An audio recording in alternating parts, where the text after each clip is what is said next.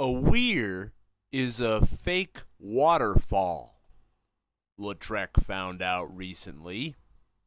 He had been taking his buddy Manette on a countryside driving tour to places he himself had never been. I guess that might mean it's not a tour, per se, Lautrec thought. Meanwhile, elsewhere on the long green island, under what was in fact the island's largest tree, called the Strathbarn, the young horse Uncler was harping quietly in the comforting vicinity of his mother, Mare Whitting. And what did Uncler have to harp on? Wasn't he chuffed enough, existing as simply a wild horse? Nothing to harp on, but only that he was having growing pains in his legs. He could barely stand still to eat grass. "Oh, ow, I wish my legs didn't hurt," he murmured. Also, he was scared of recent talk around of a Durango, which had come from the nearby hills and was seen only eating porcupines to date.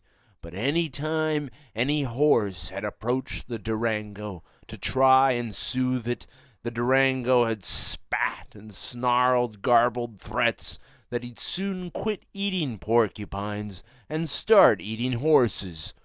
Horse Uncler wondered if he could outrun the Durango, and a sight constantly popping into his mind today was of the Fevre field, under a dot moon and a scatter of stars, and himself galloping across the field, dodging over stumps and nearly missing sticking his pained legs in rabbit holes, and the Durango pursuing him, coming from far across the field in a tornado lope. In the early evening, Lautrec and Manette had their own spooky moment. They were climbing up a tor, as Lautrec had recently learned volcanic rock piles atop the Moor Hills were called, and as they scrambled to the top of the tor, a particularly enormous one, the sky went away entirely into a watery darkness, and so it became as though the sky never existed at all. That certainly made Lautrec and Manette nervous, and they clambered back down from the tor, and were glad to see the sky return as they did. And then they went off to find a friendly hostel